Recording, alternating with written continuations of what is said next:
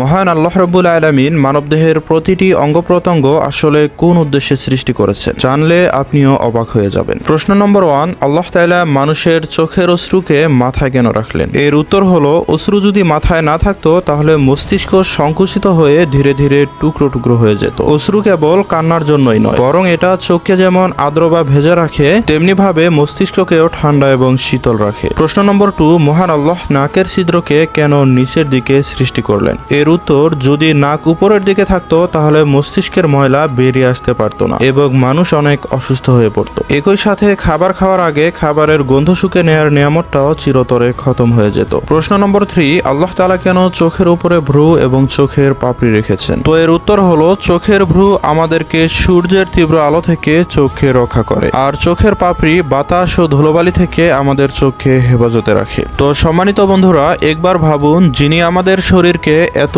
সূক্ষ্ম ও হিকমত ভরা সিস্টেমে সৃষ্টি করলেন, আমরা কি তার প্রশংসা করি? নিশ্চয় আল্লাহ তাআলা সর্বশ্রেষ্ঠ সৃষ্টিকর্তা। ভিডিওটিতে লাইক দিয়ে কমেন্টে আল্লাহর শুকরিয়া আলহামদুলিল্লাহ অবশ্যই লিখুন।